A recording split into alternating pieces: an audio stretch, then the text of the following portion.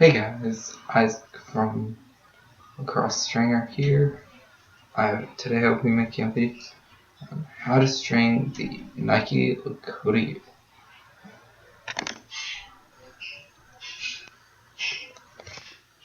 First, you start off by taking your string, going down through the diamond, up through the bottom of the mesh, and then you go back around and through the same hole in the sidewall, pulling it really tight. It will anchor that string to the sidewall so it won't get loose. Next, going through the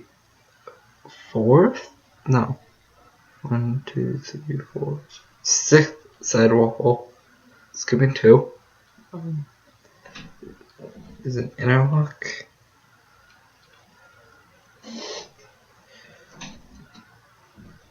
Skipping one, going into the third mesh hole.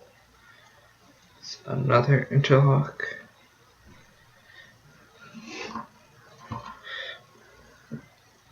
Then, not going through any diamonds of mesh, just right to the next sidewall.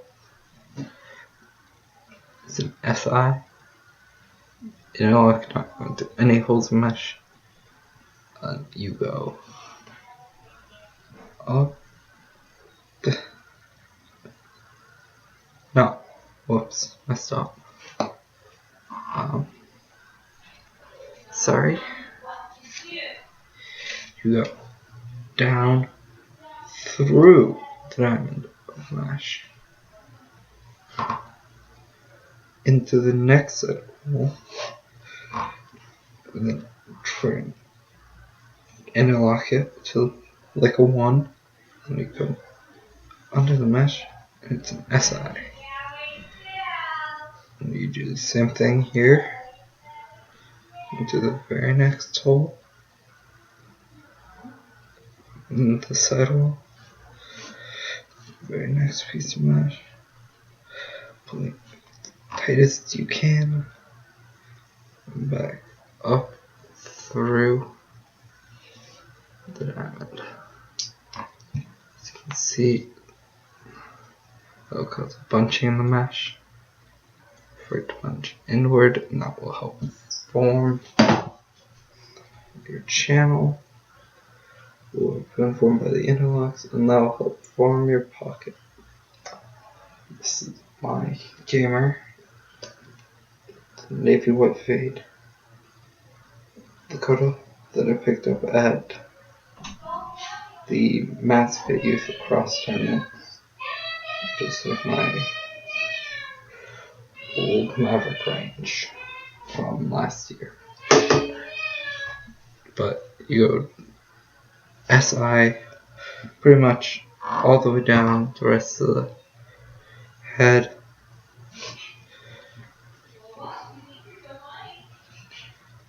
So I'm just gonna do that. Probably end up trying to cut this part out of the video so you don't have to watch me do this.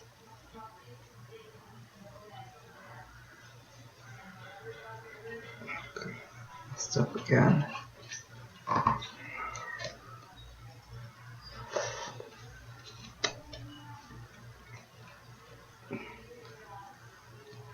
I'm not very good at this,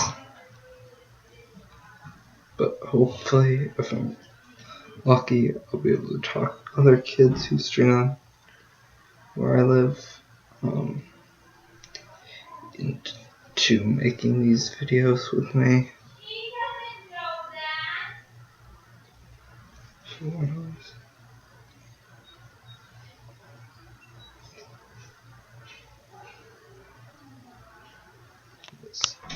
This is the last SI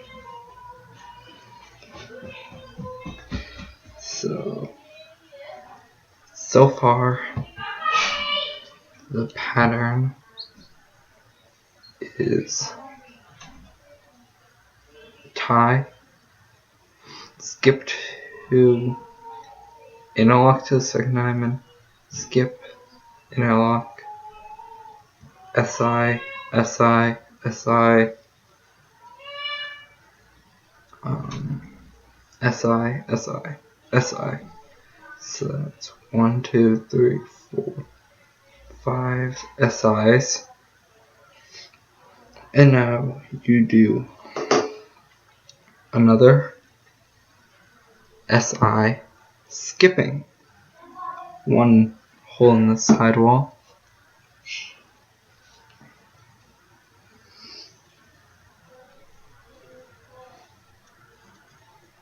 and then that directly after that you go into a one tie, which is down to the back of the mesh, up to the very last sidewall hole, and you just tie off your knot. I recommend mine's a little short, so I could probably use these.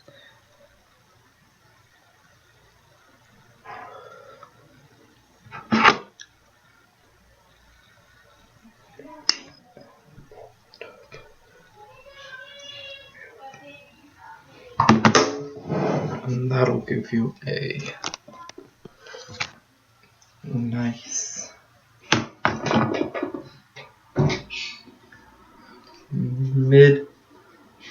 mid-low pocket. It is really baggy, bags low for one-handed cradling.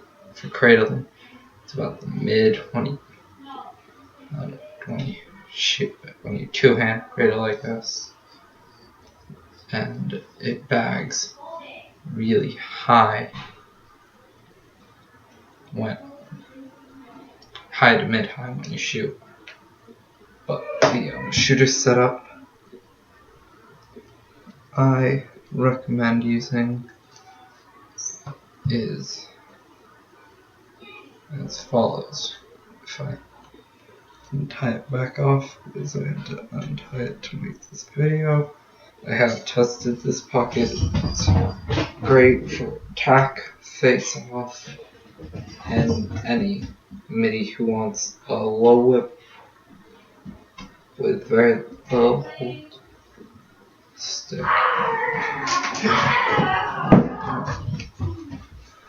But you really have to tighten that bottom string for it to even be considered legal. So mine's just barely legal. But there's about that much. That's a pretty decent hold. And there's not much whip. The channel is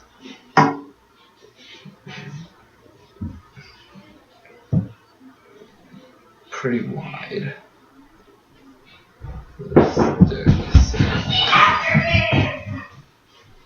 It does form a pretty funny channel. But just do 2 straight. So for the shooter setup, you skip the first, you do a really loose nylon, then directly under that, 1 straight, a skip, and another straight. And that's an ideal shooter setup for this pocket. It will give you a little bit more whip. The no shooter setup I don't recommend for this.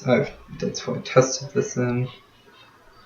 When I went back to my classic setup, I call it.